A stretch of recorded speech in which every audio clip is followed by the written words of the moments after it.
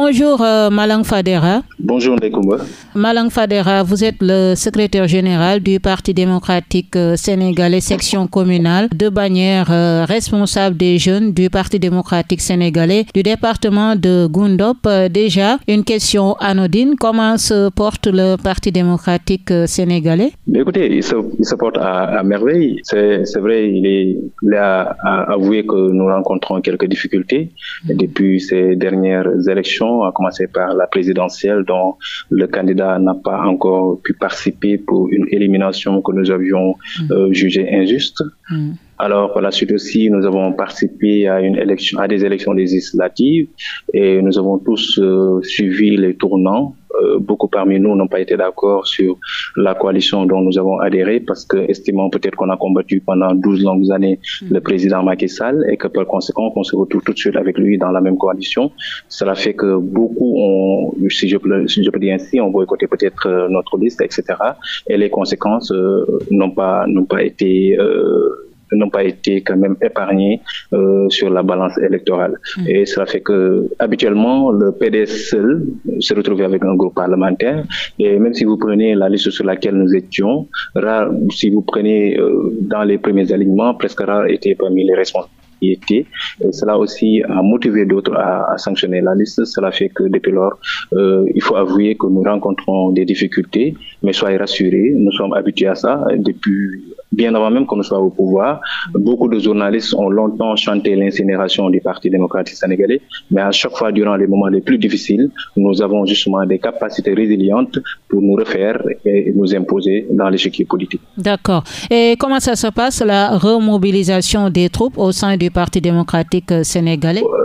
Bon, à l'heure actuelle, je ne peux pas parler de remobilisation. C'est pourquoi à la fois dernière, même sur ma page Facebook, j'ai invité justement les responsables à déclencher ce processus parce que j'ai vu que le Parti socialiste, qui est aussi un parti traditionnel, à travers Alioune Diop, à travers Serigne Mbaye Thiam, avait déjà sonné la remobilisation et tous leurs camarades de parti avaient répondu favorablement à s'inscrire dans cette logique. C'est pourquoi moi aussi, à mon tour, j'avais un peu invité les responsables à qu'on puisse mettre de côté nos égos et nous remobiliser pour perpétrer justement l'héritage du président Abdoulaye Wade, qui se trouve être le plus fort cerveau, le cerveau le plus puissant que l'Afrique n'ait jamais connu. Donc pour moi, rien que pour cela, nous lui devons cet héritage de nous remobiliser, de nous donner à fond, de mettre à côté nos égos, de conjuguer justement, comme je l'avais dit, le pardon et la tolérance, de nous surpasser pour pouvoir imposer davantage le PDS. Le PDS reste toujours dans le cœur des Sénégalais, mais il y a quelques difficultés, quelques réglages qu'il faut juste quand même mettre sur la table et à partir de ce moment, les gens pourront favorablement adhérer, d'autant plus que nous avons élu des gens qui ont commencé déjà à montrer leurs limites,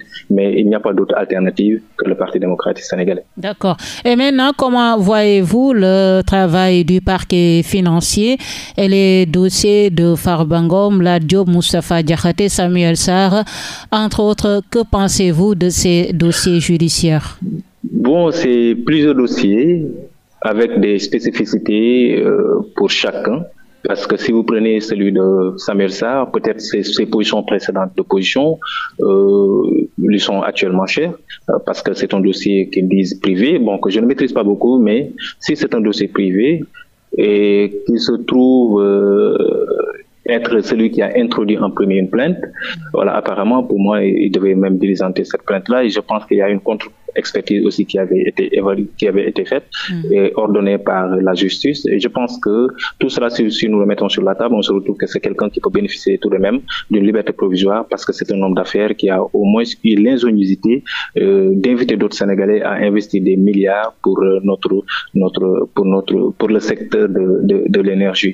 Donc, si vous prenez le dossier Farba Ngom, j'ai pas beaucoup de commentaires, mais ce que je peux dire, au moins, je suis un démocrate, je suis un disciple du président Abdoulaye Wade, je suis vraiment tout à fait d'accord pour la reddition des comptes, mais ce que je dénoncerai, c'est des règlements de compte. Et cette tournure de ce dossier semble être un dossier qui prend un volant de règlement de compte, parce que Farba Ngom n'a jamais géré des fonds de l'État. C'est un privé qui est toujours dans le courtage.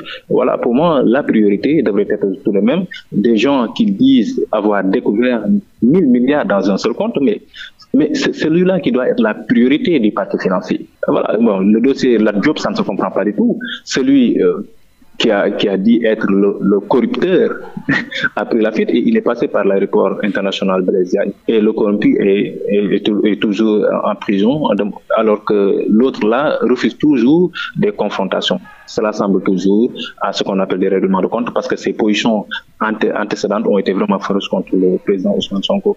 L'autre dossier, vous dites, c'est qu'il y a encore Moustapha Diakhaté. Là aussi, ça ne se comprend pas du tout, parce qu'il y a le docteur Diallo, je ne sais pas, qui a fait une déclaration pire que ça. Il y a un soi-disant, je ne sais pas, imam ou marabout, qui a fait une autre déclaration pire que ça. Il y a le fou du village, Ajoura, qui a insulté le président de la République. Et tous ces gens-là n'ont pas été inquiétés. Si Moustapha Diakhaté est inquiété, cela pourrait tout simplement se comprendre par un règlement de compte. D'accord. Et Malang, les promesses du gouvernement, que pensez-vous? En tout cas, vous avez suivi hier la déclaration du PM Ousmane Sonko qui dit que le Sénégal est sur la bonne voie. Il a parlé également du blocage d'une somme de 300 milliards de francs CFA par l'actuel président des États-Unis d'Amérique, Donald Trump. Que pensez-vous vraiment de la situation du pays? Sur la bonne voie et nous planifions, donc ça ne se comprend pas. Parce que pour moi, son discours souverainiste devait l'épargner à s'attendre à des aides au développement. Parce qu'il avait dit, avant qu'il ne soit au pouvoir, que l'FMI et la Banque mondiale n'ont jamais développé un pays. Donc on ne s'attend pas d'eux qu'ils soient là en posture attentiste des investissements extérieurs. Okay. Et avant cela, il y a le président Bassirou Diomaye Faye qui avait déclaré qu'ils ont trouvé un État contraint dont les marges de manœuvre budgétaires et financières sont quasiment impossibles. Et cela n'est rien d'autre qu'un aveu d'incompétence et d'échec. Donc, est-ce qu'aujourd'hui, son discours peut être rassurant à partir du moment où les jeunes, imposent une forte affluence dans les BAOS pour justement être déportés dans les plantations européennes? Est-ce qu'aujourd'hui, je peux être rassuré par le discours de Ousmane Sonko si, tant bien que, même que durant les années de l'opposition, il avait pris des engagements qui jusque-là ont du mal à démarrer? Est-ce que la caisse noire qui était déclarée haram est actuellement supprimée? Est-ce que les appels à candidature pour les postes de directeurs généraux et chefs d'agence sont exécutés? Est-ce que le train de vie de l'État est réduit? Tout dernièrement, il a été à Louga et il y avait dans son cortège 19 véhicules V8. Donc, est-ce qu'on peut parler de train de vie de l'État réduit avec ces cortèges qui ne se comprennent pas du tout? Est-ce que des solutions pour l'emploi des jeunes sont trouvées? Ne serait-ce que des débuts de solutions? Est-ce que les prix des denrées alimentaires sont diminués? Est-ce que les factures d'eau et d'électricité ont connu une baisse? Est-ce que les premiers actes de sortie du franc CFA sont posés? Est-ce que la loi sur l'homosexualité telle que promue comme l'une des premières mesures à prendre est votée? Ils se sont endettés cette année à plus de 4 000 milliards. Est-ce que toi, Ndeye Koumba, tu as senti ça dans ton vécu? Qui des Sénégalais peut me dire qu'il a senti l'endettement de 4 000 milliards et plus sur son vécu? Et ils ont prévu encore de s'endetter sur 4 000 et quelques milliards. Si vous prenez sur 2 ans, ils vont s'endetter sur 9 000 milliards. Qui des Sénégalais a senti ce lourd endettement dans son vécu? Macky Sall, durant 12 ans, il ne s'est endetté qu'à hauteur de 12 milliards, en moyenne 1 000 milliards par an. Et eux, ils sont sur 2 ans à 9 000 milliards. Qui l'a senti dans son vécu? Donc, ils s'endettent pour des dépenses de fonctionnement. C'est ce qui est grave. C'est pas une vision, ça. Quand on a une vision, on s'endette pour des dépenses d'investissement, mais pas pour s'endetter sur le dos des Sénégalais pour des dépenses de privilèges. C'est ça le drame. Mais quand même, Malang Fadera, vous appréciez la migration circulaire, la collaboration entre l'Espagne et le Sénégal pour presque 370 emplois saisonniers. Vous appréciez quand même cela? Pas du tout. Pourquoi? Pas du tout. Pas du tout parce que c'est un porte-à-faux par rapport à la promesse électorale durant les années de l'opposition. Et si les jeunes étaient rassurés par les premiers actes posés par ce gouvernement, mais écoutez, Ndeye Koumba, il n'allait pas avoir cette forte affluence dans les bourses pour être déporté dans les plantations européennes, je l'avais tantôt dit. En fait, cette mesure ne correspond pas à un discours souverainiste. Ils avaient promis qu'ils ont les capacités de créer les conditions pouvant permettre aux jeunes de rester et de réussir ici dans ce pays. Mais si après 10 mois d'exercice de pouvoir, ils ne trouvent pas d'autre alternative que de faire déporter des centaines de jeunes dans les plantations de l'Espagne, et plus de 1000 cadres au Qatar qui se trouveront être des ingénieurs dans leurs différents domaines et des médecins, mais cela prouve à suffisance que nous avons à la tête de l'État des gens qui n'ont aucune solution pour l'emploi des jeunes.